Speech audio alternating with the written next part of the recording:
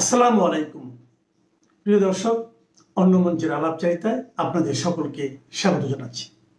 ফরিদ ভাই, একটা latest information দেই। সেটা হচ্ছে কালকে থেকে আমরা জানি যে সার্জিগর আসার পরে সার্জিগরের ডায়রিয়া হয়েছে কিনা জানি না, কিন্তু ওই যে আপনার ভোজ সভা, নৃত্য সভা এগুলো বাতিল হয়ে গেছে। এখন খলিল বলছিল যে ভারতীয় যে এম্বাসি কূটনীতিক আছে ওনার সাথে সার্জিগরের বৈঠক হবে না, কিন্তু এইমাত্র যে খবরটা পাওয়া গেল ওনাদের দুইজনের একটা বৈঠক অলরেডি ঢাকায় হয়ে গেছে, খলিলের না থাকা সত্ত্বেও। কাহিনীটা কোন দিকে গড়াচ্ছে দাদা? হ্যাঁ, আপনাকে বলি, 1 বছর না যেতেই বলেছিলাম, অর্থাৎ 25 সালেই বলেছিলাম যে এই আওয়ামী লীগের সাথে এবং ভারতের সাথে, এই আওয়ামী লীগ এবং ভারতের সাথে আমেরিকার সুসম্পর্ক হবে, হবেই, কোনো উপায় নাই। কারণ এই বাংলাদেশ দিন শেষে আওয়ামী লীগের হাতেই থাকবে।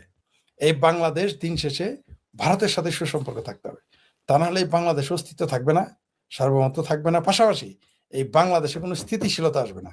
আর বাংলাদেশে যদি রাজনৈতিক স্থিতিশীলতা না আসে, তাহলে আমেরিকা তো ব্যবসা করতে আসছে এখানে। আমেরিকা থেকে এখানে কারো কারো ওই বাবির পোলাদের মায়ের হাঙ্গা করতে আসে নাই তো, একবার জামাই বানাইতে আসে নাই তো, এখানে ব্যবসা করতে আসছে। আমেরিকা এখানে ব্যবসা করবে, জাপান এখানে ব্যবসা করবে, চাইনা এখানে ব্যবসা করবে, স্থিতিশীলতা দরকার। তো তার জন্যে এই বৈঠক হবেই। আপনি খেয়াল করেন যে তারা না করলো, একদিকে ভোজ সভা বাতিল করলো, পাশাপাশি দীনেশ ত্রিবেদীর সাথে বৈঠক করলো। এবং আর একটা কারণ আছে, এই দীনেশ ত্রিবেদী কিন্তু বলছে যে বাংলাদেশের পররাষ্ট্রমন্ত্রী না বাংলা ভাষা জানেন, ইংরেজি তো জানেই না, যে বাংলা ভাষা শুদ্ধভাবে বলতে পারে না। এটাতে বলার কারণে বোধহয় একটু বেজ্জিত হয়েছে, লজ্জায় বোধহয়। আর ব্লেজার খলিলকে এই জন্য রাখে নাই, কারণ এটা তো খুব ঘনিষ্ঠ আলাপ হবে, সেখানে ব্লেজার খলিলকে রাখবে না। কারণ দীনেশ ত্রিবেদীও বিজ্ঞ, আর যিনি আসছেন উনিও বিজ্ঞ। এরা বিশ্ব রাজনীতি নিয়ে খেলা করে, এরা তো গোলাম। দুই প্রভু এখন আলোচনা হইতেছে, গোলামকে ওইখানে কিভাবে রাখে, তার জন্য গোলামের রাখে নাই। আর একটা জিনিস দেখেছেন আপনি, তার চেহারাটা দেখছেন, তার চেহারা, ব্লেজার খলিলের চেহারা কিন্তু আগের মতো আর নাই, গলা শুকিয়ে গেছে, যে চাকরি বুঝি গেল, চাকরি বুঝি গেল।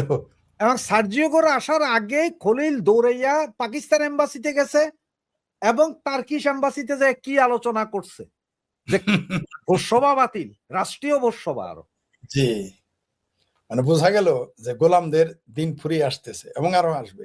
ডিসেম্বর আসতে আসতেই আমার ধারণা, আমি ভেবেছিলাম ডিসেম্বরে বিরাট সংঘর্ষ হবে, অনেক মানুষের জান যাবে, মুখোমুখি হবে। আমার মনে হয় যে ডিসেম্বরের আগে এগুলো সব পালায় যাবে, রাস্তা ছেড়ে দিবে। ফরিদ ভাই, আরেকটা খবর পাইছি কিনা জানি না, সেটা হচ্ছে যেমন আগেরটা তো জানি নেই, আমরা নিজেরাই আলোচনা করছিলাম, সেটা হচ্ছে রথযাত্রা যেখান দিয়ে হচ্ছিল সেখানে ছাতা বোমা পাওয়া গেছিল। আজকে আবার আপনার প্রেসার কুকারে বোমা বিস্ফোরণ হয়েছে বাংলাদেশে, ঢাকায় পাওয়া গেছে। এত বোমা হঠাৎ করে, উন্নত বোমা, কখনো ছাতিতে, কখনো প্রেসার কুকারে, কোন দিন জানি টয়লেটের কমোডে হয়। পাকিস্তানের মুরিদ যারা, তাদের তো এরকম হবে। পাকিস্তান কি শিখায়? পাকিস্তান জঙ্গি উৎপাদন করে আর রপ্তানি করে, ওর কাছ থেকে আপনি কি শিখবেন? তো এগুলো শিখাইছে, তো তারা বিভিন্ন জায়গায় এগুলো কাজ করতেছে। এরা তো একটা ঝামেলা করার চেষ্টা করবেই, বিভিন্ন ভাবে চেষ্টা করবে, এরা বিচ্ছিন্ন ঘটনা ঘটাবে। ভাই, অনেকেই বলতেছে আপনার শরীরের যত্ন নেওয়া উচিত। কমেন্টস আছে যে ভাই আপনার ডাক্তারের পরামর্শ নিচ্ছেন না, অনেক এই ধরনের সবাই। যে এক ভাই তো বলছে যে ভাই আপনি আগে সুস্থ হন, আপনার মতন যোদ্ধা আমাদের দরকার আছে, ধন্যবাদ। আওয়ামী লীগের দরকার আছে বা কিছু। আসলে আমার যেটা মনে হয়, ফরিদ ভাই আওয়ামী লীগ বা অঙ্গ সংগঠন, মহিলা লীগ কোথাও কোনো সদস্য না, তবে উনি মুক্তিযুদ্ধের পক্ষের শক্তি। উনি নীতির কথা, নৈতিকতার কথা বলে, যে কথাগুলো বললে আওয়ামী লীগের পক্ষে যায়। ঠিক তেমনি আমার অবস্থাও, আমিও দলীয় কোনো পদবি বা সদস্য পদ নাই, আমরা মুক্তিযুদ্ধের সপক্ষের লোক, তাই আমরা কথা বলি মুক্তিযুদ্ধের পক্ষে, নীতির কথা বলি, নৈতিকতার কথা বলি। এটা আওয়ামী লীগের পক্ষে যাইতে পারে। অনেক সময় আওয়ামী লীগের যে একেবারে সারাদিন ইয়ে করি তা না, আওয়ামী লীগের অনেক খারাপ কথা আমরা বলি, যেগুলো সমালোচনা কম বেশি করি, তার জন্য কেউ কেউ আমাদের অপছন্দ করে, কিছু করে যেটা হচ্ছে যে শোধরানোর জন্য। তাই বলে আমরা আওয়ামী লীগের শত্রুও না, আমরা দেশের শত্রু না, আমরা দেশের। আওয়ামী লীগের all critics are not enemy. All critics, ইংরেজি একটা কথা আছে, all critics are not enemy. আপনি যদি দলের ভিতর ক্রিটিসিজম না রাখেন, আপনার দল ধ্বংস হয়ে যাবে। যে কারণেই তো আওয়ামী লীগকে বিচ্ছিন্ন এই 5ই আগস্ট হয়েছে। আওয়ামী লীগের ভিতরে ক্রিটিক ছিল না বলেই তো এটা ঘটেছে। যদি আওয়ামী লীগের সমালোচক থাকতো আওয়ামী লীগের ভেতরেই, তাহলে এই 5ই আগস্ট ঘটতো না, সতর্ক হয়ে যেত আগেই। যেটা আমরা দেখেন, একমাত্র একজন লোক বলেছিলেন, তিনি কে? তিনি হচ্ছেন সৈয়দ আশরাফ, আওয়ামী লীগের সাধারণ সম্পাদক। তিনি বলেছিলেন যে সামাজিক যোগাযোগ মাধ্যম কিন্তু মুক্তিযুদ্ধ মৌলবাদীদের দখলে সতর্ক করেছিলেন। এটা যদি তখনকার ক্রিটিকার এই কথাটাকে নিয়ে এটা প্রচার করতো, তাহলে কিন্তু আজকে এটা ঘটতো না। টোটালি 5ই আগস্ট ঘটেছে একটা প্রপাগান্ডা, একেবারে মিথ্যা গুজবের উপর একটা আন্দোলন হয়ে গেল, এরা বুঝতেই পারলো না। আওয়ামী লীগ কিন্তু ছোট দল নয়, আওয়ামী লীগ কিন্তু শক্তিতেও ছোট না, বুদ্ধিতেও ছোট না, কোনো দিকেই ছোট না। তারপর আওয়ামী লীগের পতন ঘটে গেল। কারণ কি? কারণ তাদের মধ্যে ক্রিটিক ছিল না, বা ক্রিটিসিজম নেওয়ার ক্ষমতা ছিল না, তার জন্য তো এই সমস্যা হয়েছিল। বা তারা তাদের দলীয় পরে আপনি প্রকাশ্য না করলেন। যেমন আমার খুব নেতিবাচক একটা জিনিস আপনার মনে হলো, প্রকাশ্য না বলে আপনি গোপনে বলতে, ফরিদ ভাই এটা চেঞ্জ করতে হবে, আপনার চশমাটা এটা ভালো না, চেঞ্জ করেন, মোস্টটা এরকম, এটা চেঞ্জ করেন। এটা আপনি আমাকে আলাদাভাবে বললেন, অন্তত আলাদাভাবে তো বলতে হবে। যদি আপনি না করেন তাতে আরো খারাপ দেখা যাবে, তাই নয় কি? তো এরকম অনেক বিষয় থাকে। Critics are not always, always critics are not enemy, এটা বুঝতে হবে। আর ফরিদ ভাই, সমালোচনা ছাড়া পৃথিবীর কোনো কিছুর পরিবর্তন নতুনত্ব আসে না। জি, ফরিদ ভাই, এক ভাই লেখছেন, ভাই মূল খেলা নাকি ব্রিক্স সম্মেলনের পরে শুরু হবে।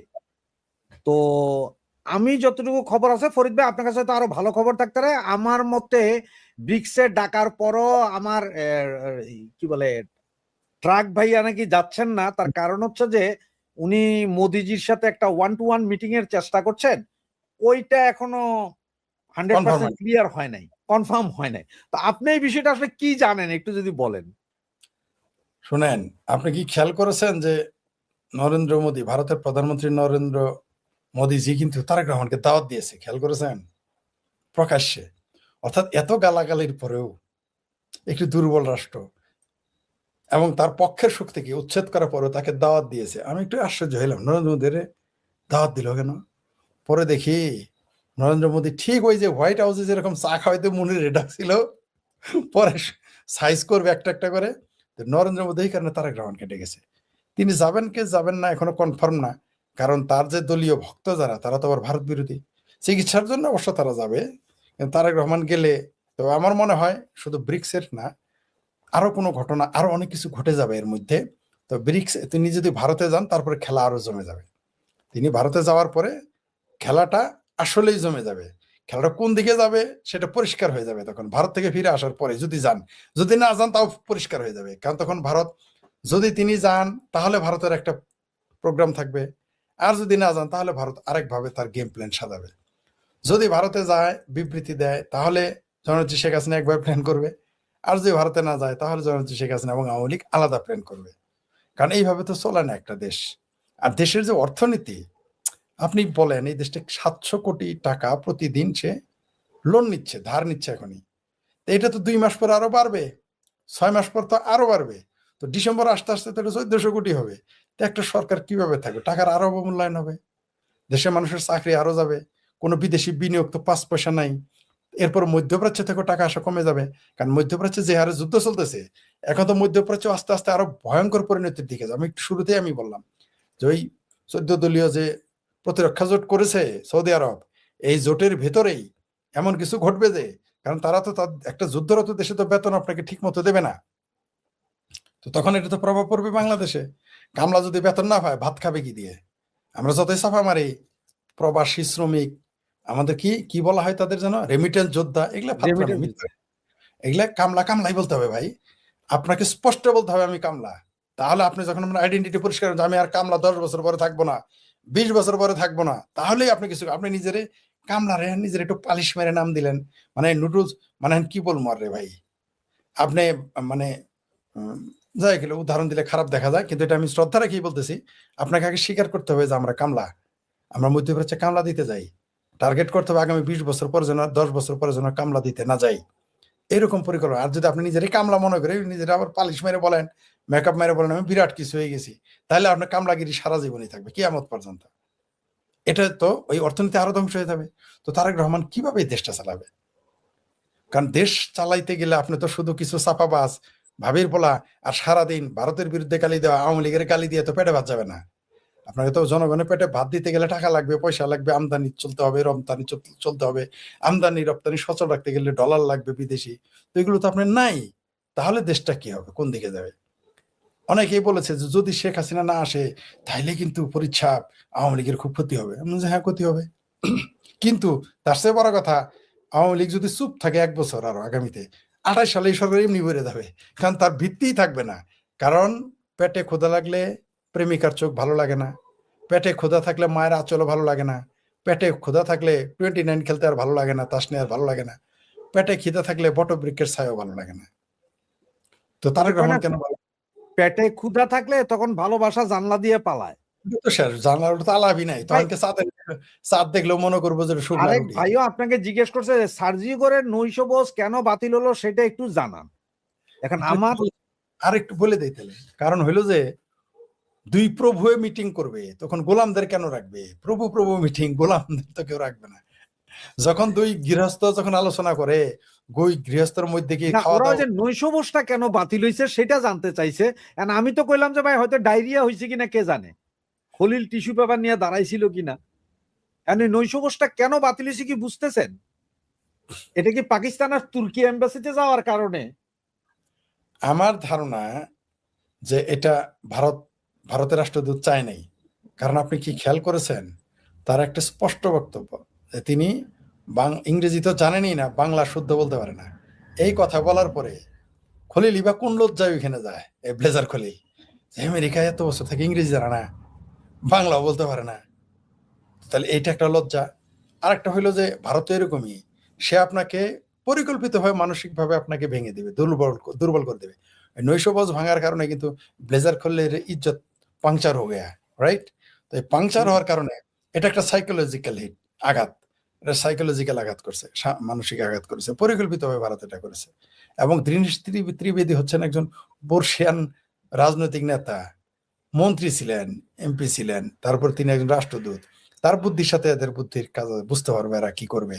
আপনি আপনি দেখেন যে আমরা ভারতের যত সমালোচনা করি, ভারত কিন্তু তার গেম জারি রেখেছে, সে কিন্তু বসে নেই, এগুলো কিন্তু তার প্রমাণ। আপনি দেখেন আমেরিকার রাষ্ট্রদূতের সাথে সরাসরি তার বৈঠক, তা বাংলাদেশের জমিনে, দালমি কুস্ত কালা হায়, অর্থাৎ আপনার বাড়িতে আমি বৈঠক করতেছি, আপনার ভাতিজার লগে আপনার দাওয়াত দেই না, বা আপনার লগে বৈঠক করতেছে আরেক বাড়ির লোক আই না, আরেক মন্ডল, দুই মন্ডল আপনার বাড়িতে মিটিং করে আপনি বিনা দাওয়াতি। এটা আপনার জন্য সাইকোলজিক্যালি কত বড় আঘাত। এটাও একটা গেম খেলে দিয়েছে। আর আপনার আলোচনা কি কি হবে এগুলোর ব্যাপার আছে, তবে এই সরকারের জন্য এটা বিরাট বেজ্জতির ব্যাপার। ফরিদ ভাই, আমার সর্বশেষ যে প্রশ্ন বা আমি যতটুকু একটা খবর পেয়েছি সেই বিষয়ের উপর কথা বলে আপনাকে ছেড়ে দিব, কারণ ভাই আপনার সুস্থতা দরকার এই মুহূর্তে। কারণ যুদ্ধের ময়দানে সৈনিকের সুস্থতা দরকার। জি, জি। যে খবরটা পেলাম সেটা হচ্ছে যে আমাদের দেশে মার্কিন যে রাষ্ট্রদূত আসছেন বর্তমানে, তিনি নাকি সেনাপ্রধান হিসাবে জামাতপন্থী কোনো এক সেনা কর্মকর্তাকে যাচ্ছেন, যাকে নাকি সোর্ট কি পুরস্কার দেওয়া হয়েছিল, ফরিদ বা কিছু একটা নাম। আবার ভারতে যেই সেনা আমেরিকান কূটনীতিক আছেন, আমেরিকার কূটনীতিক, আর এরা নাকি এই লোকরে চাইতেছেন না, বলতেছে এ আইএস এর সাথে যুক্ত।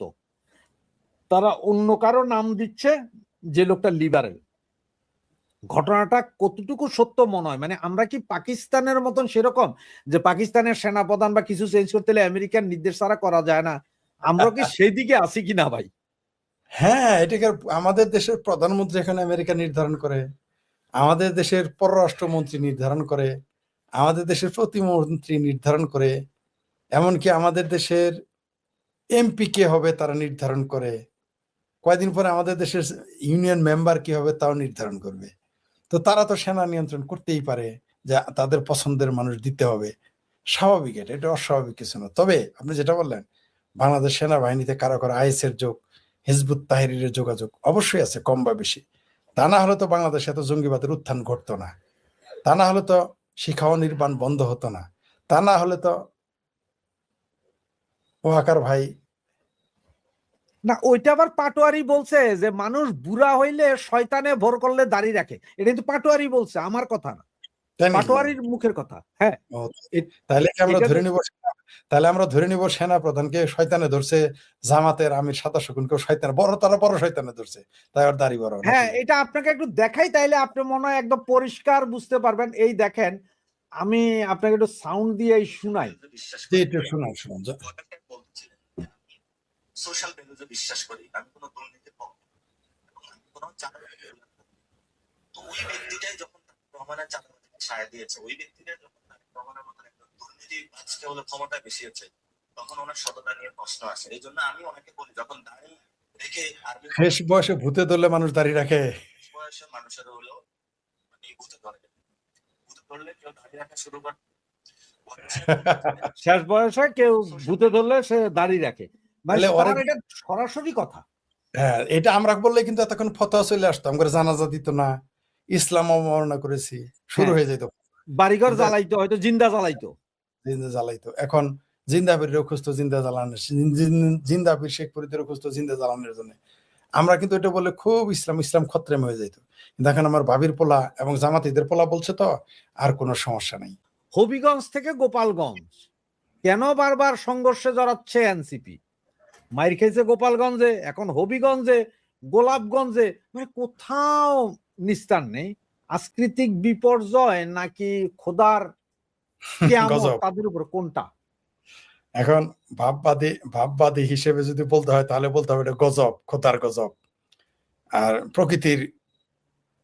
প্রকৃতির প্রতিশোধ, এগুলো বলতে হবে। এটাই রিয়েলিটি। এরা দেখেন, প্রথমে আপনার দর্শকদের শুভেচ্ছা এবং আপনাকেও শুভেচ্ছা জানিয়ে শুরু করতেছি। এটা ভুলে গেছিলাম আসলে, মাথা ঠিক না থাকে না, অসুস্থ থাকলে যা হয় আর কি। যাই হোক, জি। এটা বলতে আপনি যে দৃশ্যটা দেখালেন, এটা প্রথমে আমি মনে করেছিলাম হয়তো ঠাট্টা করতেছে, আমি ভাবছিলাম রিল টিল বানাইছে। দেখে মনে হয় যে দুই পক্ষ দুই ক্লাব থেকে আসছে, মজা করে কোনো রিল টিল বানাই কিনা। পরে দেখি না, আমার ভাবির ছেলেদের, আমাদের যে ন্যাশনাল কট করে দেখছেন, কথা বলতেছি মাথা গরম হয়ে যেতেছে। এই যে আপনার আমার ন্যাশনাল কটকটি পার্টির যে আমার ভাবির ছেলেরা, আমার ভাবির পোলারা, ভাবির ছেলে বলে রাগ করে, এই জন্য ভাবির পোলা বলি। তো ভাবির পোলাদের এমন বানানি দিল, মোটামুটি একটা ওই যে হাটের বাজারে যেরকম মোটামুটি মুরগি চোর ধরলে যেরকম বানানি দেয়, ওরকম একটা হালকা পাতলা বানানি দিল, বেশি দেয় নেই, কারণ বেশি দিলে তো সবাই আইসিইউতে যাইতো।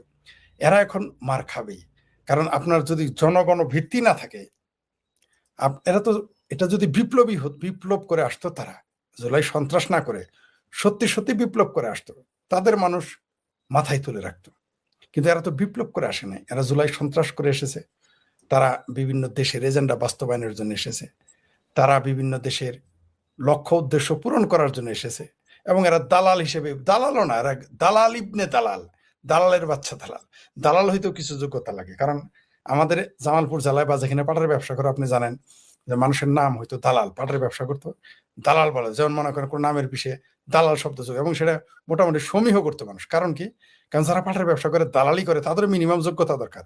যারা তারা দালাল রাখতো না, দালালদের আবার ব্রিটিশেরা, আর ব্রিটিশ আমলে যারা দালাল ছিল তাদেরকে যথারীতি ইন্টারভিউ দিয়ে রাখতো। পাটের দালালদেরও যথারীতি ইন্টারভিউ দিতে হইতো, এত সহজ না দালাল হওয়া। যাই হোক, তো এরা দালাল না, এরা হলো গোলাম ইবনে গোলাম। দালাল আর গোলামের পার্থক্য আছে, দালাল গোলামের একটু উপরে, গোলাম তো গোলাম। তো এরা যারা আসছে, এরা তো গোলাম ইবনে গোলাম, গোলামও না। ইনুস হলো গোলাম, আসিফ নজরুলরা গোলাম, এদের বাচ্চা হলো এরা এনসিপিরা। তো এনসিপিরা সারা দেশে যা করেছে, এদের তো এখনো কিছুই শুরু হয় নাই। এদের পাপের 16 কলা পূর্ণ হয়েছে। এরা বাপের বয়সী না, শুধু দাদার বয়সী লোকদের যেভাবে পিটিয়েছে, মেরেছে, গালিগালাজ করেছে, স্কুল কলেজ বিশ্ববিদ্যালয়ের শিক্ষকদের যেভাবে বেজ্জতি করেছে। আপনি দেখেন ওই যে জাবের নাকি জুবাইর নাকি জাওয়ার, একটা দেখেন যে পরিবাগে ব্রিজের উপরে কি ঘটলো, মানে ন্যাচারালি এরা বেজ্জতি হয়ে যাচ্ছে।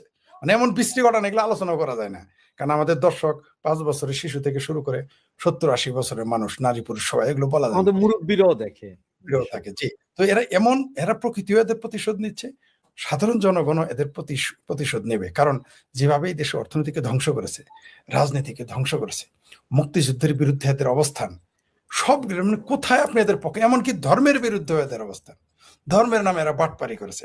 এরা না ধর্মের পক্ষে, এরা না গণতন্ত্রের পক্ষে, এরা না মুক্তিযুদ্ধের পক্ষে, এরা না দেশের অর্থনৈতিক উন্নয়ন ঘটিয়েছে, এরা না আইন শৃঙ্খলার পক্ষে। তাহলে কেন মানুষ এদের সাথে থাকবে? বরং এই যে প্রায় 2 বছর হতে চললো, অর্থাৎ আগামী 5 তারিখ আসলে, মানে আজকে 31 তারিখ, 5 তারিখে 2 বছর পূর্ণ হবে। 2 বছর পূর্ণ হবে। তো 2 বছর পূর্ণ হইলে এই 2 বছর যে এরা এখনো ঠিক আছে, এটাই আসলে কপাল।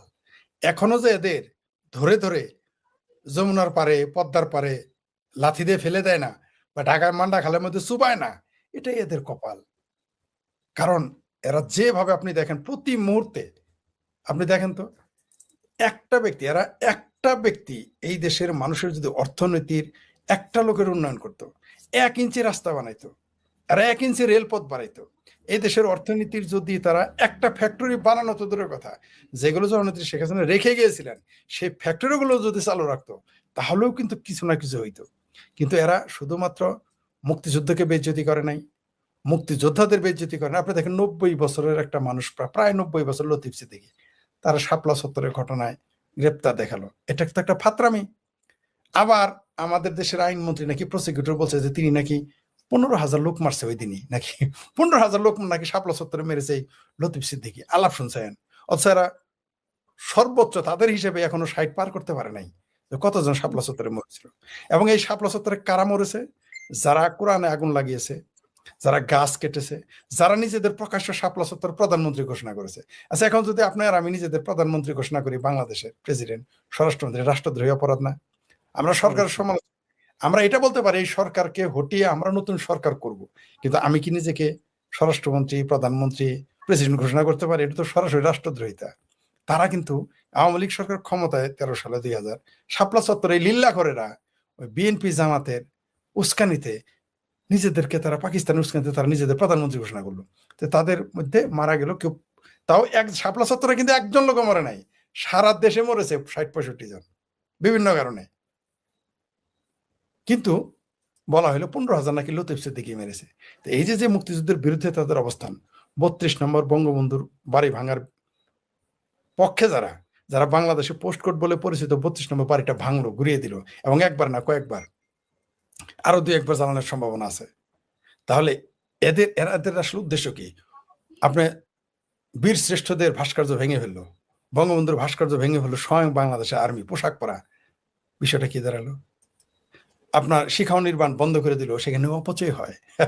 আচ্ছা, সারাদিন ওই বাতিটা জ্বললে কত হাজার টাকা খরচ হয়, কত টাকা ওই বাতিটা জ্বললে। আসলে তারা মুক্তিযুদ্ধের যে কোনো, যদি তারা মুক্তিযুদ্ধের স্মারক হিসেবে কোরআন শরীফে রাখতো, সেটা ভেঙে ফেলতো।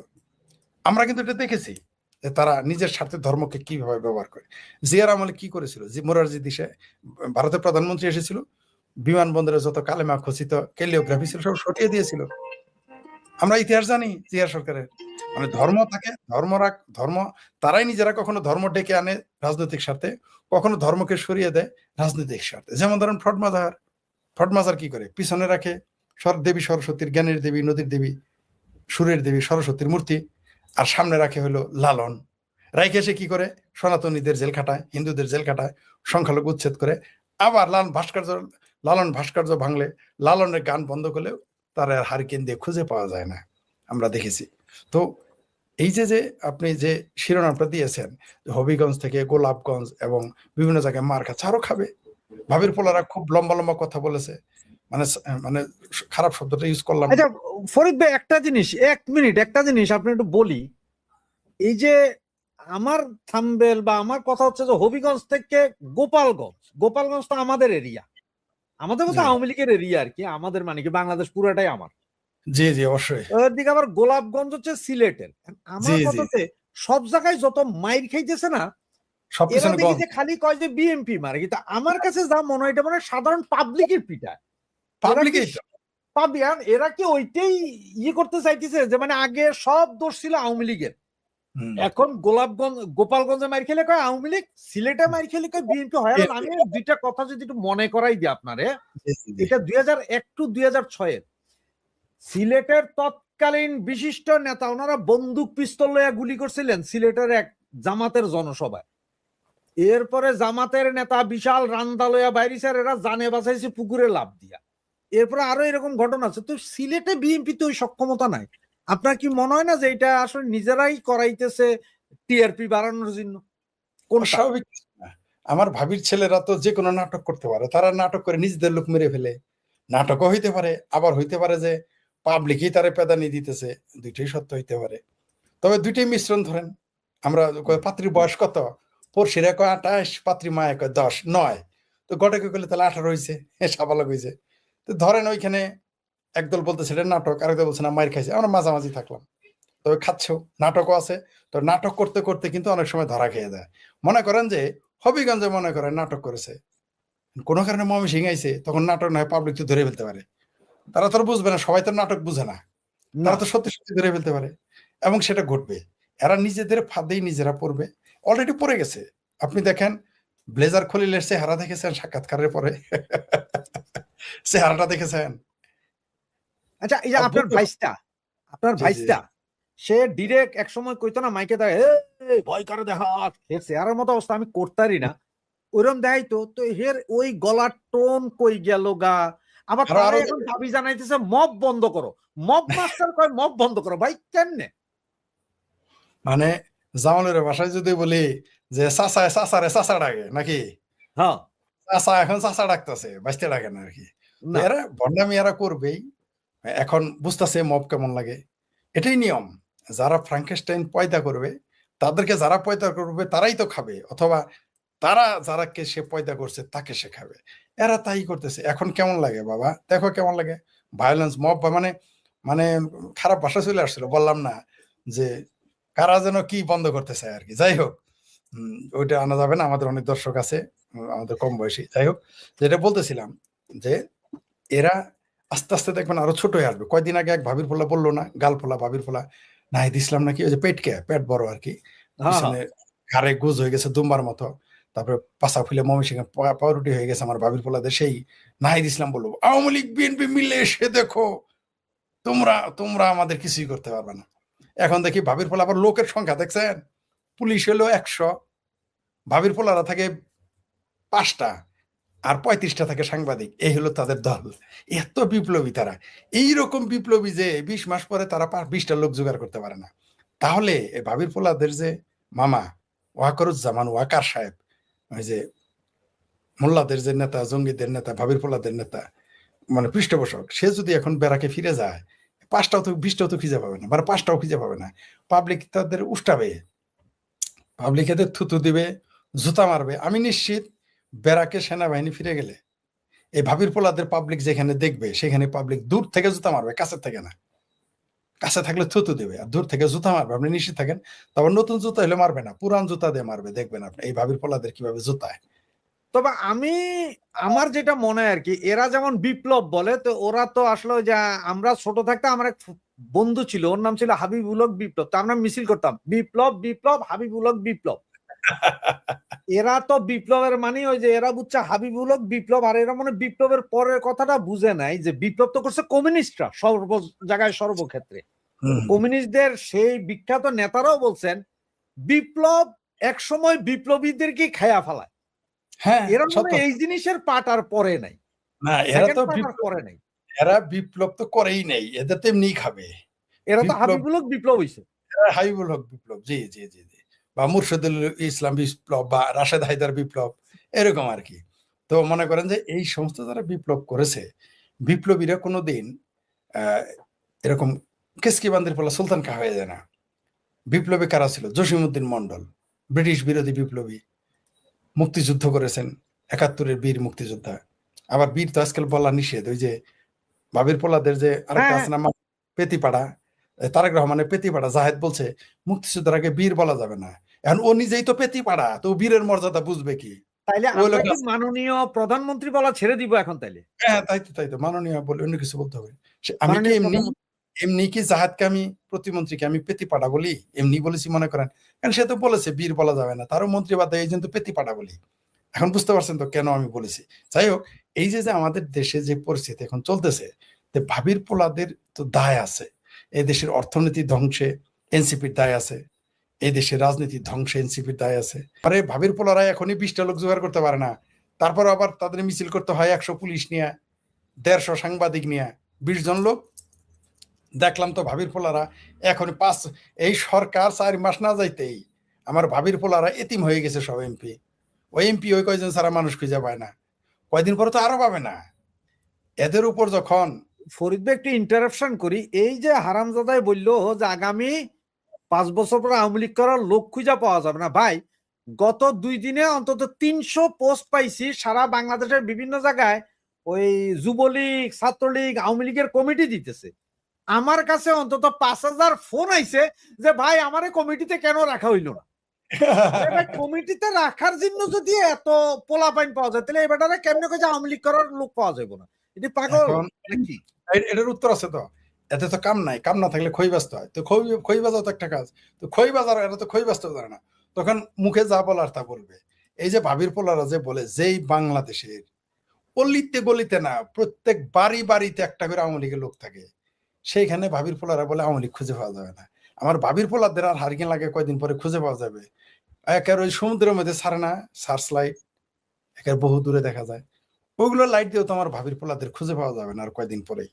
জামাত, এদের যে আব্বু আছে জামাত, তারই খুঁজে পাওয়া যাবে না, তাদের যে জ্যাঠা আছে বিএনপি তাকে খুঁজে পাওয়া যায় না, আর ভাবির পোলারা তো কোথাকার কি, এদের তো আপনি হারিকেন লাগে খুঁজে, এরা দেখবেন তওবা পরে সব আওয়ামী লীগ হয়ে যাবে, সমস্যা হলো ঢুকে যাবে, এটা হলো প্রবলেম। ওরা তো তওবা গুপ্ত। না, যারা গুপ্ত না প্রকাশ্য আওয়ামী লীগ তো আবার শের দিল ৭১ রাজাকারদের ক্ষমা করেছিল বলে কেউ কেউ, তারপরে তারা ২০০৮-৯ ক্ষমতায় এসেও চিন্তা করলো যে না, মুক্তিযুদ্ধ বিরোধী হোক থিলুক থাকুক, তাদের একসাথে নিয়ে চলি, মিলেমিশে মোল্লাদের নিয়ে চলি, মিলিটারি নিয়ে চলি, এরা বোধহয় মানুষ হয়ে গেছে। কিন্তু না, তারা হয় নাই, হবেও না। ৭১ আর মোল্লা মিলিটারি একসাথে যায় না। আমি সবার কথাই বলতেছি না, মানে এখানেও তো কম বেশি কিছু আছে, কিছু পার্সেন্টেজ তো আমাদের মোল্লা হক মিলিটারি, কিছু তো আমাদের আছে, কিন্তু বেশিরভাগ সময় যদি সাদা মাটা বলি যে ৭১-এর সাথে মোল্লা মিলিটারি যায় না, তা আওয়ামী লীগ তো বের বুঝতে পারছে। তারপরেও শের দিল অনেক বড় হৃদয়, ক্ষমা করে দিতে পারে যে আসো বাবা আসো, কিন্তু যদি এবার ক্ষমা করে তাহলে এইবার যার একটা ৭৫ এরা ঘটাবে, তারপর আর কিছু খুঁজে পাওয়া যাবে না আওয়ামী লীগের। যাই হোক, সেটা অন্য প্রসঙ্গ, আওয়ামী লীগের দলীয় লোকেরা। ২ দিন আগে ওই আপনার আমাদের যে কি আইন মন্ত্রী না জানি কি একটা আছে না, সে বলল যে শেখ হাসিনা তো আত্মসমর্পণের সময় পাবে না, তাকে যেখানে দেখা মাত্র অ্যারেস্ট করা হবে। আরো পাল্টিবে, শুধু তাই না, একটা দেখলাম যে কেউ নাকি জননেত্রী শেখ হাসিনাকে জিজ্ঞেস করেছিল যে আপা আপনি গেলে নাকি যারা আমরা আপনাদের সাথে যাবো আমাদের সবাইকে গ্রেপ্তার করবে, তখন তিনি নাকি জবাব দিয়েছেন, শুনেছি আমি, সত্য মিথ্যা জানি না, তিনি বলেছেন যে বলেছে তার মন্ত্রিত্ব তখন থাকবে তো। ২৪ ঘন্টা না যেতে সুর পাল্টাই ফেলছে আইনমন্ত্রী, যে আইনের বাইরে ব্যত্যয় ঘটবে না। এরপরে কি বলবে জানেন, যে তিনি আসুন, তাকে আলাদা রাখা হবে, তার জন্য আদালত আলাদা। তারপর আস্তে আস্তে ডিসেম্বর আসার আগে দেখবেন এই আইনমন্ত্রীকে হারি কিনতে খুঁজে পাবেন না, তার জায়গায় অন্য কেউ চলে আসছে, নাহলে পালাইছে, মাঝখানে তো জায়গা নাই।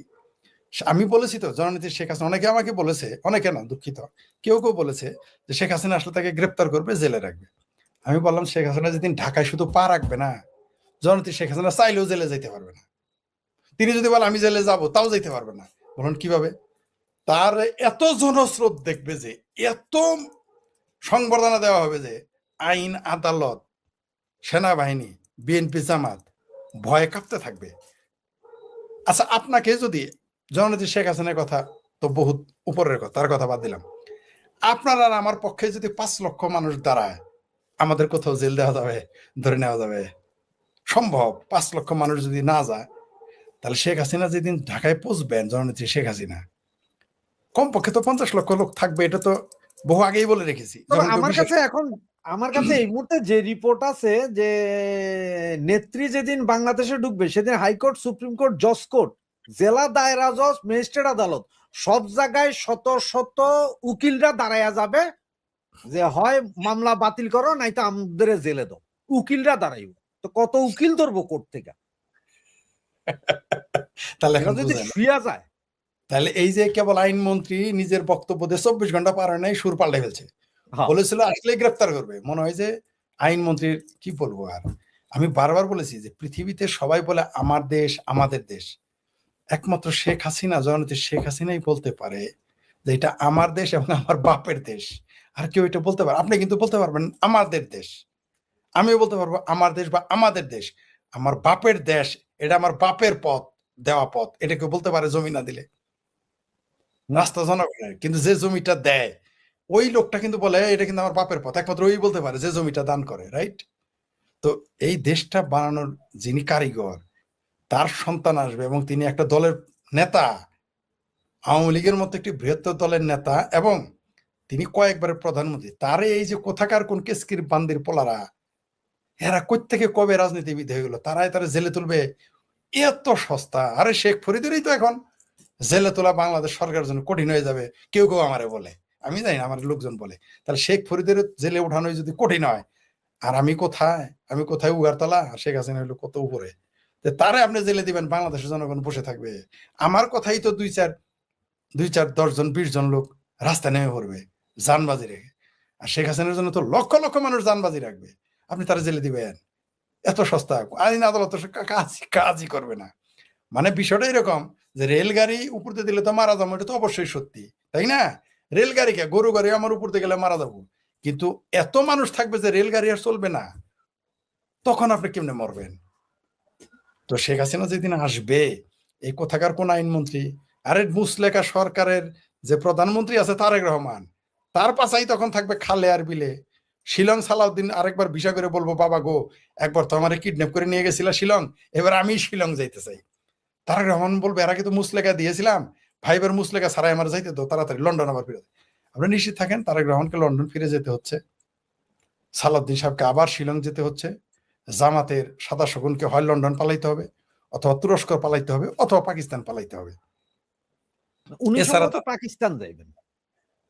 পাকিস্তানি যাওয়ার সময়, কারণ এবার তো আর আকাশপথ ভারতের ব্যবহার করতে পারবে কিনা আমার সন্দেহ আছে, কারণ এয়ারপোর্ট থেকে পালায় যাইতে পারবে না জনগণ। এইবার এরা আর কি পাহারা দিয়েছে, এইবার দেখবে এয়ারপোর্ট কাহাকে বলে পাহারা দেওয়া, একটাও যেতে পারবে না। আর একটা মজার একটা বিষয় বলি, ফটোকার্ড দেখেন। আমি আমি একটু শাহ নজরুল বলি, আমি আওয়ামী লীগ ক্ষমতায় থাকতে বলেছিলাম যে এই বাংলাদেশে যেদিন বিএনপি জামাত জোট সরকার আসবে, সেদিন ইসরায়েলকে স্বীকৃতি দেবে। সৌদি আরব সহ মানুষ হাসাহাসি করতো। ঠিক যেমন আমি বলেছিলাম যে কলকাতায় একদিন পারমাণবিক বোমা হামলা হইতে পারে পাকিস্তানের, মানুষ হাসাহাসি করেছিল, কিন্তু পাকিস্তানের প্রতিরক্ষা মন্ত্রী কিন্তু শেষ ওইটা বলেছে তারা হামলা করবে সুযোগ পেলেই। তো সৌদি আরব এখন দেখেন তারা কেবল প্রতিরক্ষা জোট করেছে। কয়দিন আগে পরীক্ষিত বন্ধুর নাম কি বললো? আমেরিকা। কে বললো? জামাতের নেতা। আর জানাজা বললো কার? তেহরানের কসাই খোমেনির। গেল কারা কারা? এই সরকারের স্পিকার, মাননীয় স্পিকার, এই সরকারের বিরোধী দল, তাদের লোক গেল ওইখানে, প্রতিনিধি পাঠাইলো জানা যায়। এখন কার পক্ষে গেল? এখন দেখেন বাংলাদেশ, ইরাক, পাকিস্তান, বাংলাদেশ, পাকিস্তান, তুরস্ক, এগুলো সবই প্রতিরক্ষা জোটে সৌদি আরবের পক্ষে। কয়দিন আগে না তুরস্ককে দেখলাম ইরানের পক্ষে এত সাফাবাজি, পাকিস্তানের এত সাফাবাজি, বাংলাদেশের তো সাফাবাজি এখনো চলতেছে। কিন্তু আমি জানতাম এটাই ঘটবে। ঠিক এইভাবে একটা জোট হবে, এই জোটেরাই দেখবেন একদিন ইসরায়েলকে স্বীকৃতি দিবে, আবার আব্বা ডাকবে। তখন বলবে কি জানেন, ওই যে হামাসরা বলছে না যে তারা গাজার জনগণের স্বার্থে অস্ত্র পরিত্যাগ করলো, তখন বলবে ইসলামের স্বার্থে ইসরায়েলকে স্বীকৃতি দিয়েছে। আর যে প্রতিরক্ষা চুক্তি, এই যুদ্ধটা কিন্তু এখন আর ইসরায়েল আমেরিকা ভার্সেস ইরান যুদ্ধ থাকলো না আজকে থেকে, এই চুক্তি করার পরে। এখন কিন্তু যুদ্ধটা শুরু হয়ে গেল শিয়া সুন্নির যুদ্ধ, এবং এই যুদ্ধ কিন্তু দীর্ঘকাল হবে, চলমান। এই যুদ্ধ আপনি থামাইতে পারবেন না, এই যুদ্ধ কন্টিনিউয়াস, চলতেই থাকবে, চলতেই থাকবে। এবং এই যুদ্ধের ফলাফল কোথায় যে গিয়ে দাঁড়াবে কেউ জানে না, কেউ এখন অনুমান করতে পারবে না। এই যে যেই দিন আসিফ মনিরকে যেদিন হোয়াইট হাউস চা খাওয়াইছিল, সেই দিনই বুঝতে পেরেছিলাম যে মধ্যপ্রাচ্যে কিছু ঘটতে যাচ্ছে, সেখানে কামলা খাটতে হবে পাকিস্তানের। কিন্তু অদ্ভুত ব্যাপার, শুধু পাকিস্তানি এখন কামলা খাটতেছে না, আমাদেরকেও কামলা খাটানোর জন্য এই জোটে নিয়ে নিয়েছে। এখন মিছিল করে না কেন? এই সরকারের বিরুদ্ধে এখন জামাত মিছিল করে। আমার দেশের বঙ্গু যারা আছে, যে বঙ্গু মুসলমান, তাদের দেখলাম যে আপনার গাজায় একটা বোমা পড়লে বিশাল মিছিল হয়, দক্ষিণে উত্তরে ওই যে কি বলে এটা বাইতুল মোকাররমে। ইরানে এতগুলা হত্যা হইলো, কাশ্মীরে গত পরশুদিন 17 জনকে মারার পরে 3 জন মহিলার লাশ ট্যাঙ্কের উপরে ঝুলাইয়া নিয়ে যাইতেছে পিওকে, যেটা পিওকেতে। এবং আপনার বেলুচে এত মানুষ মারা যেতে, একটা মিছিলে এখনো দেখলাম না। এখানে কি কোনো মুসলমান নাই নাকি ওই জায়গায়? এখন আমি তো বারবার বলি, বাংলাদেশের মুসলমানের কাছে, ভারতের মুসলমানের কাছে ইসলামের চাইতে পাকিস্তান বড়, আল্লাহর চাইতে পাকিস্তান বড়, নবীর চাইতে পাকিস্তান বড় পবিত্র।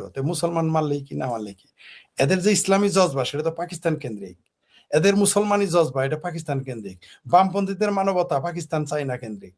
এদের সকল মানবতা জাগে কেবল কোথায় ভারত কিছু করলো আর ইসরায়েল কিছু করলো। এইখানে 20 জন মানুষকে তারা মেরে ফেলেছে, এবং পাকিস্তান বলছে যে এগুলো নাকি ভারতের দালালেরা, এরা নাকি ভারতের মতোই শত্রু। কিন্তু এই কথাটা যদি কাশ্মীরে 2 জন মেরে পাকিস্তান ভারতের সরকার বলতো এই 2 জন পাকিস্তানের দালাল, আপনি ভারতের হিন্দুদের অত্যাচারে এই সরকার ক্ষমতায় থাকতে পারতো না মিছিল মিটিংয়ে। আর বাংলাদেশে বাইতুল মোকাররম, তারপর আপনার পল্টন, ওই যে ওইখানে মুক্তি ভবন গরম হয়ে যাইতো, শাহবাগ চত্বর গরম হয়ে যাইতো, বাংলাদেশের সকল দল মিলে মিছিল করতো। অথচ তারা বলছে যে শাহরগ, এদের নাকি শাহরগ, পাকিস্তান কাশ্মীর নাকি তার শাহরগ, সেখানে গিয়ে মারতেছে। এতদিন বললো বেলুচিস্তানেরা হচ্ছে ভারতপন্থী সন্ত্রাসী বলছে, এখন এদেরকেও বলতেছে তারা ভারতের লোক, এরাও নাকি ভারতের মতো শত্রু। এত তাড়াতাড়ি সুর পাল্টে গেল। এই পাকিস্তান, এই কাশ্মীরের জন্যই না এত আন্দোলন, এখন কাশ্মীরি লোকই মারা শুরু করছে। আর বাংলাদেশের বঙ্গুরাও এখন কিছু বলো না, যে বললাম বাংলাদেশের বঙ্গুদের কাছে মক্কা মদিনার চাইতে, আল্লাহর কোরআনের চাইতে, আল্লাহ রসুলের চাইতে পবিত্র হইলো তাদের কাছে পাকিস্তান। তাই পাকিস্তান যাহা করিবে, পাকিস্তান বঙ্গুদের মায়াকে রেপ করেছে, তারপরে বঙ্গুরা পাকিস্তানের গীত গায়। তো তাহলে ওই বেলুচিস্তানে কি করলো, পিওকেতে কি করলো, পক্ষে নিবে না।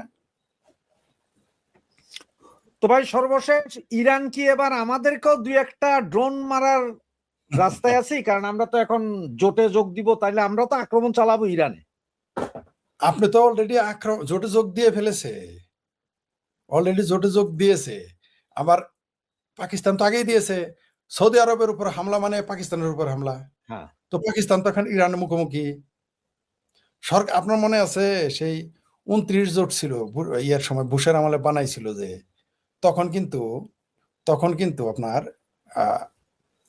ইরাকে যখন হামলা করে, তখন কিন্তু বাংলাদেশ ওখানে সাইন করা ছিল। 29 জোটে বাংলাদেশ ছিল, পাকিস্তান ছিল। 36 দেশের জোট যেটা। দেশের জোট, জি 29 নাকি 36 দেশের জোট। আর এখন এই যে জোট, এই যুদ্ধ তো এখন বললাম তো, এই যুদ্ধ এখন আর ইরান ভার্সেস আমেরিকা ইসরায়েল থাকবে না, এখন এটা শিয়া মুসলমান ভার্সেস সুন্নি মুসলমান হবে। না, ওইদিকে আবার সিরিয়া যোগ হয়ে গেছে, তো ইউক্রেন অলরেডি আইসা গেছে। ইউক্রেন তো অলরেডি মেরে দিছে জাহাজের মধ্যে, ইউক্রেন তো যুদ্ধ লেগে গেছে। তো এখন খেলাটা জমে গেছে এবং দীর্ঘমেয়াদী হবে। এখন মাঠ ছেড়ে দিবে, যারা আসল খেলোয়াড় তারা মাঠ ছেড়ে দিয়ে, যারা খেলোয়াড় নয় তাদের দিয়ে খেলবে আর তারা মজা নেবে, এটাই ঘটবে। আর বঙ্গুরা এটা তো বুঝে উঠতে পারবেই না। আকল তো আল্লাহ তাদের দেয়ই নাই, কারণ আকল থাকলে তো বাঙ্গুরা তো বাংলাদেশেই থাকতো, বঙ্গ হইতো না। তাদের বোধ শক্তি তার উন্নত থাকতো। এদের তো নিজেদের, দেখেন এই বাংলাদেশকে পরিকল্পিতভাবে একটি ধর্মান্ধ, সংস্কৃতি বিরোধী, সঙ্গীত বিরোধী, গণতন্ত্র বিরোধী পরিকল্পিতভাবে করা হচ্ছে, যাতে তারা সুষ্ঠুভাবে সুস্থ চিন্তা না করতে পারে। তার জন্য তো এগুলো করা হচ্ছে।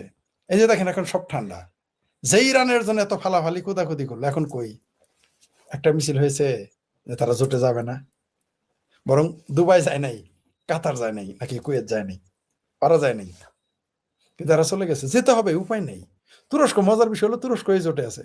এই যে বাংলাদেশের বঙ্গুরা হাইরে খুশি, তুরস্ক বগুড়া ড্রোন ফ্যাক্টরি বানাইতেছে, হাইরে খুশি, খুশির সুতির ভাই হয়ে গেছে।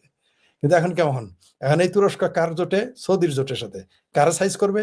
ইরানকে মানে হুতিকে। দেখবেন এখন ইয়েমেন সহ, আবার ইয়েমেন দিয়ে একদিকে সন্ত্রাসী কার্যকলাপ করাবে, আবার এরা জোটবদ্ধ হয়ে একবার ইরানের মারবে, আবার ইরান এদের মারবে। মধ্যপ্রাচ্য এখন যুদ্ধ ছড়িয়ে যাবে এবং এটা দীর্ঘ হবে। মানে আমি যা ধারণা করেছিলাম এখন তার চেয়ে বেশি বেশি দীর্ঘ হবে এই যুদ্ধ। এবং এই যুদ্ধটা ধীরে ধীরে থামবে, কিছু থামবে, মানে two step forward, one step back, এই পদ্ধতিতে এই যুদ্ধ চলবে। ইরানের এখন বুঝতে পারছেন তো কেন পূর্ণ ইরান দখল করে নাই? তাহলে যে পরে যে প্ল্যান আছে, plan B, plan C, plan D বাস্তবায়ন করতে পারবে না ইসরায়েল এবং আমেরিকা। খুব সুন্দর খেলতেছে তারা। এরা দেখেন, এরা এমন গেম পাচ্ছে, এমন একটা জাল, একটা ফাঁদ পেতে রেখেছে যে এদের দিয়ে এদেরকে মারামারি করাবে। এবং তা শুরু হয়ে গেল এই জোট গঠনের মাধ্যমে। এবং দেখবেন এটা শেষ মুহূর্তে এই যুদ্ধ আরো সরতে থাকবে, কেউ ঠেকায় রাখতে পারবে না। এবং মুসলমানদের কপালে খুব শনি আছে, খুবই শনি আছে, কারণ এরা বিজ্ঞান, প্রযুক্তি, শিক্ষা থেকে, গণতন্ত্র থেকে বাইরে চলে গেছে। তো এদের পরিণতি খুবই খারাপ হবে সামনে, কল্পনাই করতে পারবে না। কারণ মধ্যপ্রাচ্যের যখন ব্যবসা বন্ধ হয়ে যাবে, মুসলমানদের করুণ পরিণতি হবে। কারণ মুসলমানেরা, বিশেষ করে এই উপমহাদেশের মুসলমানেরা টিকে আছে মিডল ইস্টের টাকার উপরে। মিডল ইস্টে গিয়ে কাজ টাজ করে টাকা পয়সা পায় সেটার উপরে। এবং মিডল ইস্ট বিভিন্ন জায়গায় আরব সাম্রাজ্যবাদ স্প্রেড করার জন্য তারা পয়সা খরচ করে, ওগুলো বন্ধ হয়ে যাবে আস্তে আস্তে এই কারণে। এবং মুসলমানদের তারপরে তো একটা সময় আসবে তেলের আর কাজই থাকবে না, কারণ তেলের বিকল্প চলে আসবে। তখন দেখবেন আরো এদের কি পতনটা না ঘটে। এখনো তো বুঝতে পারতেছে না, এগুলো রেজাল্ট বুঝবে 20-30 বছর পরে। কারণ সব জিনিসের প্রতিক্রিয়া তো সাথে সাথে হয় না, কিছু প্রতিক্রিয়া তো একটু ধীরে সুস্থ হবে। যেমন যখন হামাসের উপরে হামলা করলো, হামাসের রাজা 23 সালে 7 অক্টোবর হামলা করলো, ইসরায়েলে, তারা তো একেবারে সব আবাবিল পাখি হয়ে গিয়েছিল। এখন আবাবিল পাখি তো দূরে, তেলচোরা পাখি, তেলচোরা খুঁজে পাওয়া যায় না গাজাতে এখন। মুসলমানরা তখন আবাবিল পাখি হয়ে গেছিল, এখন মুসলমানদের তেলচোরা হিসেবে গাজাতে পাওয়া যায় না। হামাস এখন হাত পা তুলে গুটে বসে যায়, মহাবীরেরা পৃথিবী বদলায় ফেলাবে, ইসরায়েল ধ্বংস করবে, আমেরিকা ধ্বংস। হাই রে, বাংলাদেশে মুসলমান সাফা। আমরা যখন বললাম, আমরা বললাম যে পরিণতি খারাপ হবে, আমাদের ইহুদি দালাল পর্যন্ত বললো। দেখুক এখন কেমন লাগে। মধ্যপ্রাচ্যের ঘটনা তাই ঘটবে। এই তেল সম্পদ সব কক্ষিগত হবে বিদেশিদের কাছে। পাশাপাশি মনে করেন মুসলমানদের পরিকল্পিতভাবে মৌলবাদী বানিয়ে রাখা হবে, এবং এরা হতেও চায়, মানে মুসলমানদের বানাইতে হবে। এমনি নাচুইনা কানাই, তার মধ্যে দিবে ঢোলের বাড়ি। এমনিতে জঙ্গি হতে চায়, তার মধ্যে জঙ্গি হওয়ার ব্যবস্থাও করে দিবে। তো এগুলো মধ্যপ্রাচ্যের যে ঘটনাগুলো, এগুলো আসলে ডেকে এনেছি আমরা, যেচে এনেছি, এবং এগুলো ঘটতেই থাকবে। আর যারা বিশ্ব রাজনীতি নিয়ন্ত্রণ করে, যারা যুদ্ধনীতি নিয়ন্ত্রণ করে, তারা তো এগুলো কারো কোন কলামিস্ট কি বললো, কোন আমরা ইউটিউবে কি বলে, তারা ধার না। তারা একটা পরিকল্পনা করে 10 বছর, 20 বছর, 30 বছর, 50 বছরে, সেগুলো তারা তাদের মতো ঘটাবেই।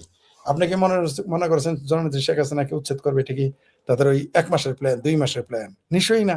দীর্ঘমেয়াদী প্রক্রিয়া তাদের ছিল, যে এই সময় বাংলাদেশে, এই সময় ইরানে এটা ঘটবে, তখন পাকিস্তানকে হাতে নিতে হবে, তখন পাকিস্তানকে আফগানিস্তানে ফাইট করাতে হবে, ব্যস্ত রাখতে হবে, তারপর ইরানকে সাইজ করতে হবে, তারপর ইরানকে সাইজ করার পর এই যুদ্ধটা যাতে, ওই যে বানর কি করে, পাড়া ভেড়া আর বানর একসাথে নৌকাতে যায়, দই খাওয়ার পরে ভেড়ার মুখে ভরাই দিয়ে বানর চলে যাবে, পাবলিক তো মনে করো ভেড়াই দই গেছে, ভেড়া সাইজ, বানরের নামকে মনেই রাখবে না।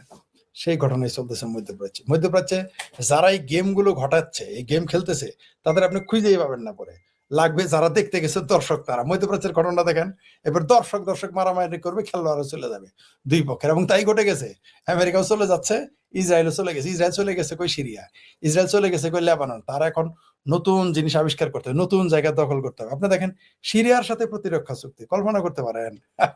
1 to 1 চুক্তি হয়ে গেছে। হাইরে খুশি হয়েছিল বঙ্গুরা যখন সিরিয়ায় প্রেসিডেন্টটা হইল। জি, ধন্যবাদ।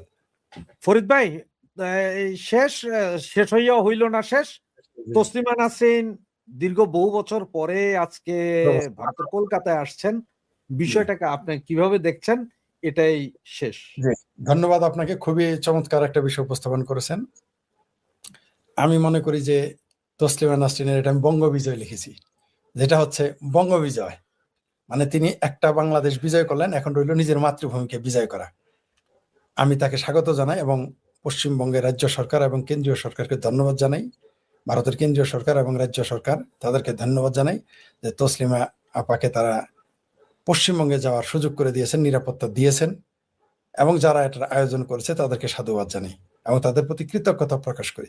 এতে কি হলো, আমরা যারা মুক্ত চিন্তার মানুষ আছি, তসলিমা নাসরিন হচ্ছেন আমাদের অভিভাবক। তিনি যখন যেতে পেরেছেন, আমরাও আস্তে আস্তে আমাদের নিরাপদ একটা আবাস, নিরাপদ ব্যবস্থা আমাদের জন্য হতে পারে এবং হবে। মুক্ত চিন্তকদের, যারা প্রগতিশীল মানুষ, তাদের সব জায়গায় যায়। আপনি দেখেন 18 বছর তাকে সেখানে যেতে দেওয়া হয় না, অথচ একটা প্রগতিশীল সরকার ছিল, কমিউনিস্ট সরকার ছিল। তারা তাকে, আমার এটা খুব খারাপ লেগেছে কি জানেন, যে একটা প্রগ্রেসিভ সরকার, তারা তাকে জায়গা দেয় নাই। তসলিমা, যদিও এখন তারা অজুহাত দেখাচ্ছে যে নিরাপত্তার অভাব, মৌলবাদীদের উত্থান। আমি সেই তাদের নেতার জ্যোতি বসুর গল্পটাই শোনাই দিই, যখন বলছিল যে সারা ভারতে 92, ওই যে ইয়ের সময় কি বলে, বাবরি মসজিদের ঘটনা নিয়ে, বাবরি মসজিদের জায়গায় যখন বাবরি মসজিদ যখন ভেঙে ফেলা হয় রাম মন্দির স্থাপনের জন্য, তো তখন ভেঙে ফেলা হয়, মানে যেখানে তো অবশ্যই রাম মন্দিরই ছিল, পরে যাই হোক সেটা অন্য প্রসঙ্গ। তো ওইটা যখন ভেঙে ফেলা হয়, তখন সব জায়গায় সাম্প্রদায়িক দাঙ্গা হয়েছে, কিন্তু পশ্চিমবঙ্গে কিছু হয় নাই। তাকে জিজ্ঞেস করলো সব জায়গায় হইলো, এখানে কেন হইলো না? সরকার চাই নাই, তাই হয় নাই। তাহলে আমি এখন, যে বামপন্থীরা এখন মিথ্যা কথা বলতেছে যে মুসলিম মৌলবাদীদের কারণে তারা রাখে নাই, আসলে বামপন্থী সরকার নিজেও চায় নাই, তাই মিছিল হয়েছিল তসলিমা নাসরিনের বিরুদ্ধে। তবে এটা একটা বিজয়, দীর্ঘ 18 বছর, প্রায় 1.5 যুগ পরে তিনি পশ্চিমবঙ্গে গিয়েছেন। এটা বিশাল বিজয় আমি মনে করি। এটা বাংলা সাহিত্যের বিজয়, বাংলা ভাষার বিজয়, বাংলা নারীদের বিজয়, নারীবাদী লেখিকা তসলিমা নাসরিনের বিজয়, বাংলাদেশের মানুষেরও বিজয়, কোনো সন্দেহ নেই। বাংলাদেশের মুক্তমনা মানুষের, সকলের না, মৌলবাদীদের না। না, মৌলবাদীদের হবে কেন? বাংলাদেশের মুক্ত চিন্তক যারা, মুক্ত নারীবাদী যারা, এমনকি গণতান্ত্রিক প্রকৃত গণতন্ত্র যারা বাক স্বাধীনতায় বিশ্বাসী তাদের এটা বিজয়। এই বিজয় শুধু তসলিমা নাসরিনের নয়, এই বিজয় শুধু পশ্চিমবঙ্গের যারা সাধারণ মানুষ তাদেরও নয়, এই বিজয় যারা বাংলা ভাষাভাষী যত মানুষ রয়েছে, মুক্তচিন্তক যত মানুষ রয়েছে, গণতান্ত্রিক যত মানুষ রয়েছে, ধর্মনিরপেক্ষ যত মানুষ রয়েছে, বাক স্বাধীনতায় বিশ্বাসী, তাদের সকলের বিজয় আমি মনে করি। এবং এটা দরকার ছিল, প্রয়োজনও ছিল। পশ্চিমবঙ্গের এই তসলিমা নাসরিন, তসলিমা আপার যে কলকাতায় তার যে আগমন, এটা পুরো ভারতের রাজনীতিতে নতুন কিছু ইঙ্গিত দিচ্ছে 29 সালের আমার ধারণা। ডোনাল্ড ট্রাম্পের বিশেষ দূত সার্জিও গোর তিনি বাংলাদেশ সফরে রয়েছেন। আমরা দেখলাম যে অনেক জায়গা থেকে অনেক কিছুতে ছন্দ পতন, আপনি নিশ্চয়ই ওয়াচ করেছেন, অবজার্ভ করছেন অনেক কিছু। প্রথমে যে জিনিসটা জিজ্ঞেস করতে জানতে চাই আপনার কাছ থেকে, প্রধানমন্ত্রীর সঙ্গে সার্জিও গোরের বৈঠকের কথা শনিবার, তার আগেই ভারতে নিযুক্ত বাংলাদেশে নিযুক্ত ভারতীয় রাষ্ট্রদূত দীনেশ ত্রিবেদীর সঙ্গে তিনি বৈঠক করলেন। এটি নিশ্চয়ই আনইউজুয়াল একটি বিষয় যে অন্য দেশে কোনো বিশেষ দূত কোনো দেশে যাচ্ছে, আরেকটি দেশের রাষ্ট্রদূতের সঙ্গে বিশেষ বৈঠকে মিলিত হওয়া। এটির মধ্য দিয়ে আসলে কোন ধরনের বিশেষ বার্তা আসছে কিনা, বা এই বিষয়টিকে আপনি কিভাবে দেখছেন?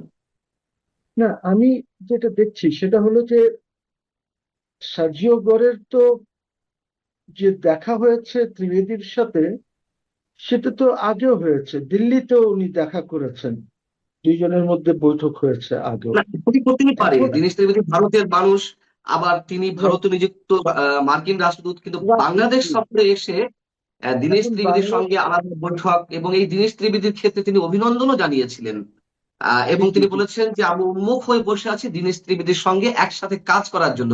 অর্থাৎ নিঃসন্দেহে বাংলাদেশ ইস্যু এখানে প্রায়োরিটি পাচ্ছে। জি জি জি। এখন কালকে তো দেখা হয়েছে বিটুইন ত্রিবেদী এন্ড ইয়ে, এটা খুবই গুরুত্বপূর্ণ একটি বৈঠক আমি মনে করি। তার কারণ হচ্ছে ঠিক তার একদিন আগে সম্ভবত ওই যে ওদের পার্লামেন্টের কমিটি, স্ট্যান্ডিং কমিটি যেটা আছে অন এক্সটার্নাল অ্যাফেয়ার্স, তাদেরও বৈঠক হয়েছে শশী থরুরের নেতৃত্বে, এবং সেখানে বাংলাদেশ ওয়াজ এ মেজর ইস্যু ওইখানে দিল্লিতে বৈঠকে, যেটা অনেক এখানে মিসরিপ্রেজেন্ট করা হয়েছে। ইউ সি, সো এই বৈঠক এই কারণে খুবই ইম্পর্টেন্ট, বিকজ ইন্ডিয়ান রোল যেটা হবে বাংলাদেশে এখন থেকে, এইটা আমেরিকার পক্ষে কাজ করবে, এইটা নিশ্চিত। বাংলাদেশকে আর সাউথ এশিয়া, পুরা সাউথ এশিয়াকে কিন্তু with the prism of Indian lens থেকে দেখবে আমেরিকা। এই কারণেই আপনি দেখেন এই যে অফিসার্স গুলি মিক্স করে দেওয়া হয়েছে। গোরকে কোনো ছিল না যে ওরা কেন স্পেশালি ইনভলভ হবে যখন সে এক দেশের রাষ্ট্রদূত আছে। এখন ওকে নিয়ে এসেছে ডেভিড লুয়ের, মোটামুটি যে কাজ ডেভিড লু করত ওই কাজ, যদিও ডেভিড এবং ইন্ডিয়ার সাথে যেহেতু ওদের প্যাক্ট আছে, ইন্দো প্যাসিফিক প্যাক্ট আছে বা Asia Pacific whatever they call it, তারপরে আপনার কোয়াডসে আছে ইন্ডিয়া, এইটা হলো বেসিক উদ্দেশ্য হলো টু চেক চাইনা। এখন আমাদের এই এক্সপ্লোরেটরি ভিজিট সার্জিও যেটা আছে, এইটা হলো টু এক্সপ্লোর যে বাংলাদেশ কোন দিকে যাচ্ছে, আর দে মুভিং টুয়ার্ডস চাইনা না তারা পশ্চিমার সাথে আছে। এইটা একটা বেসিক্যালি এক্সপ্লোরেটরি ভিজিট, ও যে এটা দেখবে, দেখে এটা he is going to report this to the state department. Khalilur Rahman, আমার যে রিপোর্ট একটি হচ্ছে সেটা হলো যে খলিলুর রহমানের সাথে ওনার যে দেখা হয়েছে, এটা খুব একটা ভালো দেখা হয় নাই। একটা রিপোর্ট আমি পাচ্ছি যে সার্জিওর যে টোনটা ছিল, এই টোনটা ওই meeting A was an angry tone, এবং একটু লাউডও ছিল ইসের সাথে যে মিটিং হয়েছে। তারপরে এর সাথে সাথে আরেকটি ডেভেলপমেন্ট যেটা হলো, সেটা হলো দ্যাট প্যাসিফিক ফ্লিটের আপনার কমান্ডার অ্যাডমিরাল স্টিফেন, উনি একটি খুব বড় দল নিয়ে, 11 না কত লোকের দল নিয়ে উনি আবার ঢাকায় আসছেন। হুম হুম এটা হলো অ্যাডমিরাল স্টিফেন। তারপরে আমি বোধহয় আরেকদিন বলেছি দ্যাট গোর আসার আগে এইখানে কিছু সিআইএ অ্যাক্টিভিটি হয়েছে, এবং এই অ্যাক্টিভিটিটা হয়েছে একজন খুবই গুরুত্বপূর্ণ ডেকোরেটেড অফিসার সিআইএর, হ্যামিল্টন নাকি নাম ওর, সে 25 তারিখে পি ঢাকায় হ্যামিল্টন এসেছে। পি হ্যামিল্টন জি, সে 25 তারিখে ঢাকায় এসেছে। This is all related to this visit. কিন্তু তা অনেক কিছু হচ্ছে। তারপরে যে মিটিং পার্লামেন্টের, ইন্ডিয়ান পার্লামেন্টের, ইজ ভেরি সিগনিফিকেন্ট বিকজ এখানে একটা মেজর ইস্যু ছিল শেখ হাসিনা এন্ড আওয়ামী লীগ। হুম So আমাদেরকে এই পুরাটা কিন্তু একত্র করে দেখতে হবে। Everything is happening within this 5, 6, 7 days. কিন্তু এটা আগেও হয় নাই, পরেও হয় নাই। Why is this happening? So এই ফরেন পলিসি যেটা শেখ হাসিনার ছিল, সে সবাইকে নিয়ে কিন্তু কাজ করছিলেন উনি। উনি চায়নাকেও সাথে রেখেছিলেন, আমেরিকাকেও ঠিক রাখছিলেন, রাশিয়াকেও ঠিক রাখছিলেন, সবাইকে নিয়ে কাজ করছিলেন। কিন্তু দেখেন আমেরিকা কিন্তু সম্ভবত শেষ দিকে বুড়ো আঙুল দেখাচ্ছিলেন শেখ হাসিনা। আমেরিকাকে জি, তো কোনো ধরনের পাত্তা দিচ্ছিলেন না শেষ পর্যায়ে এসে। হ্যাঁ, বাট ওই শেষ পর্যায়ে এসে কিছু এমন হয়ে গেল যে চায়নাও একটু নারাজ হয়ে গেল, যার হুম জন্য শেখ হাসিনা ওনার লাস্ট ভিজিটে একদিন আগেই ফিরলেন উনি বাংলাদেশে, শিক্ষার শর্টের ভিজিট। হুম তো হুম এই জিনিসগুলি যেটা হচ্ছে, এটা বোধহয় maybe Chinese were a bit angry যে তোমার জন্য আমরা এত করছি, তুমি আবার ওদের সাথে। আর শেখ হাসিনার হয়তো প্রবলেম ছিল যে আমেরিকা যদি অসন্তুষ্ট হয় তাহলে আমাকে ফেলে না দেয়, অল কাইন্ডস অফ থিংস যেটা কাজ করছিল। এর মধ্যে যেটা টের পায় নাই ওনার গভর্নমেন্ট, সেটা ছিল যে ওনার গভর্নমেন্টের মধ্যে কিছু কিছু লোক they sold themselves out to the Americans. কাজে তারা রিয়েল তথ্য শেখ হাসিনাকে দেয় নাই। যারা ডিনার করছিল ডেভিড হুম লুয়ের সাথে, যাদের কথা হচ্ছিল প্রাইভেটলি, এই জিনিসগুলি ওরা জানতো, ওদেরকে ব্রিফ করা উচিত ছিল শেখ হাসিনাকে, তারা করে নাই। এর মধ্যে জি আমাদের আর্মির মধ্যেও কিন্তু ওই যে কনস্পিরেসি যেটা চলতেছিল, যে টাকা পয়সা লেনদেন হচ্ছিল, ওর মধ্যে আর্মিরও কিছু লোকজন ইনভলভ হয়ে গেল। আর রাওয়ার এই যে রিটায়ার্ড আর্মি অফিসার্স যারা হুম হুম ছিলেন, তারা খুব বেশি ভাবে ইনভলভ হয়ে গেলেন এই জিনিসগুলি আমেরিকার পক্ষে। ওর রেজাল্ট হলো that they overthrew the government. এখন যে জিনিসটা হচ্ছে সেটা হলো যে Tarique Rahman has to be very careful, because আমাদের এইখানে একটা খেলা হতে যাচ্ছে। আমেরিকানস আর চাইনিজ ওরা কিন্তু বাংলাদেশে একটা গেম খেলবে। এইখানে আমরা যদি কেয়ারফুল না হই, যদি ব্যালেন্স না করতে পারি, যেরকম শেখ হাসিনা ব্যালেন্স করে এই 16-17 বছর উনি কাজ করেছেন, এইভাবে যদি আমরা ফরেন পলিসি ঠিক করে ডিজাইন না করতে পারি, then there is a serious problem. এখন আপনি বলছেন সার্জিও আওয়ামী লীগের একজন নেতার সাথে তো দেখা করেছেন, 2 ওয়ার ইনভাইটেড, হ্যাঁ একটা পুরুষ একটা জেমস মুজিবুর মহিলা। মহিলা যান নাই, পুরুষ যিনি আছেন উনি দেখা করেছেন। আমি জানি না weather it is Saber Hossain